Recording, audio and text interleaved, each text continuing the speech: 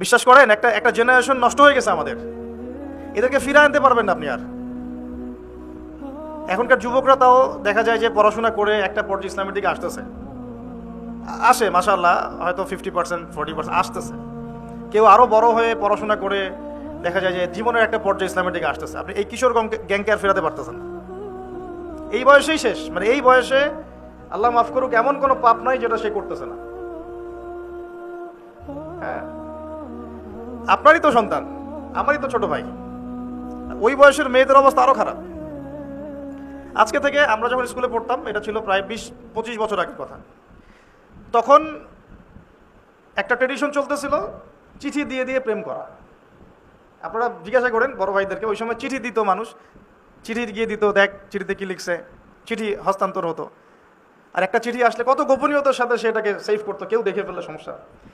Date করবে, ছেলে মেয়ে ডেটে যাবে, এটা চিন্তাই করতো না। রিক্সায় করে গেলে কেউ যদি দেখে ফেলায় কি হবে, মনে আছে আপনাদের? তারপরে আসলো হিন্দি সিনেমার যুগ, মনে আছে? আর কয়েকটা দাজ্জালের এজেন্ট, আমি বলি এগুলোকে দাজ্জালের এজেন্ট, মুসলমান হোক আর অমুসলিমে হোক। দাজ্জালের কাজ কি? সারা বিশ্বে ফাসাদ সৃষ্টি করা, আর সারা বিশ্বকে শাসন করবে। সে কি সারা বিশ্বকে ইসলামের বলে শাসন করবে না কুফুরির বলে শাসন করবে? আসে নাই সে এখনো, কিন্তু তার অনুসারীরা তো অ্যাক্টিভ। সে তো এখনো সশরীরে আসে নাই, কিন্তু তার অনুসারীরা তো অ্যাক্টিভ। তো তখন বের হলো ওই শাহরুখ খান সালমান খানদের যুগ।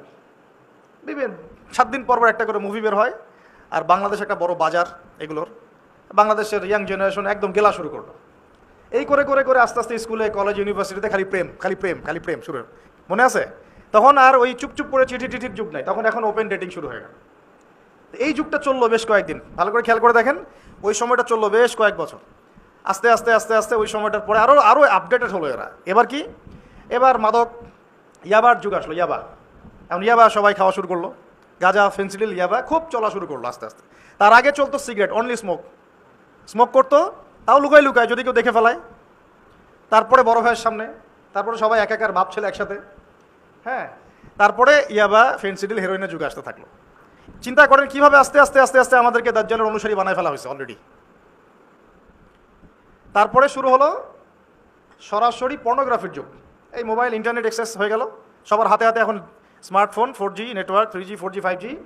আগে তো সাইবার ক্যাফেতে গিয়ে মানুষ লুকায় লুকায় পর্ন দেখতো, মনে আছে আপনাদের? 20 বছর আগে চলে যান। 2000, আমি এই কথাগুলো বলতেছি 2012 থেকে 15-16, এই সময়কার কথা।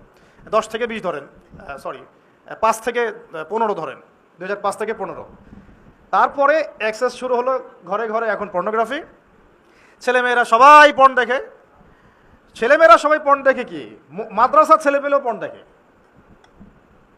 আমার সামনে তারা কথা বলতে বলেন, মাদ্রাসার ছেলেপেলের হাতে যখন আপনি স্মার্টফোন দিয়ে দিয়েছেন, ওর ফোন চেক করে দেখেন কি করে। বহু মাদ্রাসার শিক্ষক পর্ন দেখে, এখনো দেখে।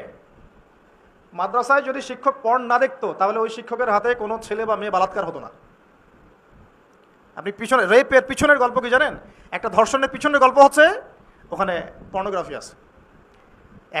একটা পুরুষ একটা ছোট বাচ্চাকে ধরে কিভাবে মানে ধর্ষণ করতে পারে, সমকামিতা। এটা কিন্তু সমকামিতা বিভিন্ন মাদ্রাসায় ঘটতেছে না, এখন অ্যাভেলেবেল হচ্ছে না জিনিসটা। তার মানে হুজুরের ফোনে আপনি পর্ন পাবেন। পর্ন যখন একটা মানুষ দেখবে, পর্ন কি বোঝেন?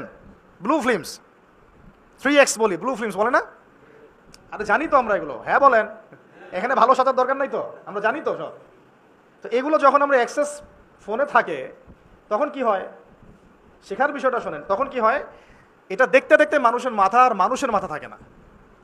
স্বাভাবিক যে একটা মানে প্রেম ভালোবাসা, প্রেম একটা হৃদ্যতা, ভালোবাসা, মহব্বত, স্ত্রীর প্রতি যে ভালোবাসা মহব্বত, ওই জায়গায় স্থান দখল করে যৌনতা। একটা মেয়েকে দেখলে মনে হয় একে জাস্ট রেপ করতে হবে, এটা ভোগের বস্তু। একটা মেয়ের দিকে সে সম্মানের চোখে তাকাতেই পারবে না। একটা মেয়ে মানুষ, আমার বড় বোন বা আমার কাজিন, আমার মায়ের, আমার দাদির বয়স, কাউকে সে আর সম্মানের চোখে দেখতে পারবে না। অনেক সময় দেখা যায় বৃদ্ধা মহিলার সাথেও জেনা করে ফেলছে। ভালো করে বোঝেন, পেপার পত্রিকা পড়েন, আমার কথাগুলো মেলান, আমার কথাগুলো একটু মেলানোর চেষ্টা করেন। অনেকে আমাদের ব্যাপারে অনেক কিছু বলে, ওইগুলো মাথার এক সাইডে রেখে আমাদের কথাগুলো বাস্তবে মেলানোর চেষ্টা করেন। তারপরে আজ থেকে 10 বছর পর আপনি বুঝতে পারবেন কোনটা সঠিক ছিল, কোনটা ভুল।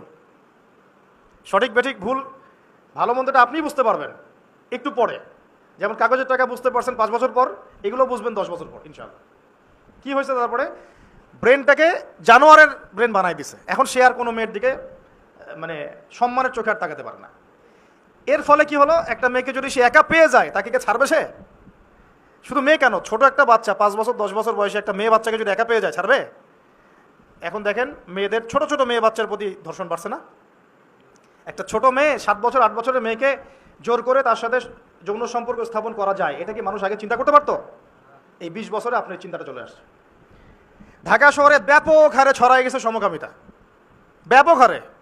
আগে যেমন একটা ছেলে যৌন সম্পর্কের জন্য একটা মেয়েকে হায়ার করতো না এক রাতের জন্যে, জানেন তো আপনারা এগুলা, পতিতালয়ে যেত এক রাতের জন্য হায়ার করতো, এটা একটা চলছিল কয়দিন আগে খুব বেশি। এখন ছেলে ছেলেকে হায়ার করা শুরু করেছে।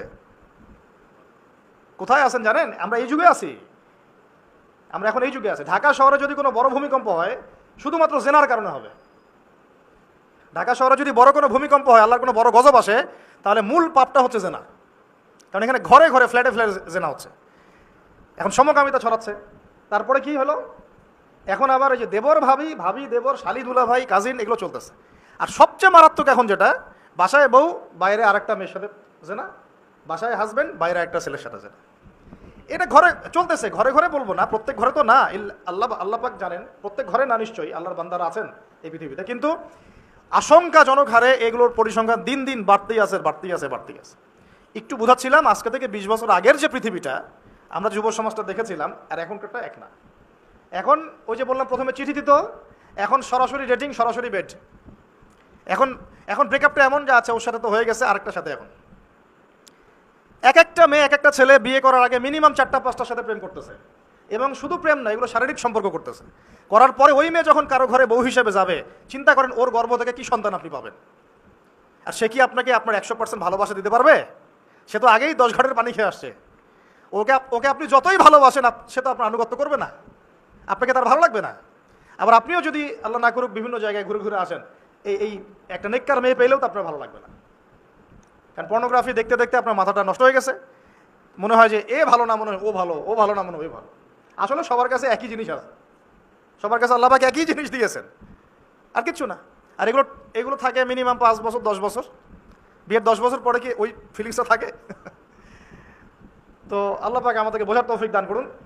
তো আমাদের তো ক্ষমতা নাই, ক্ষমতার কথা বলতে গিয়ে এই জায়গায় আসা হয়েছে। ক্ষমতা থাকলে আমরা টপ টু বটম সব সংস্কার করতাম ইনশাআল্লাহ তাআলা।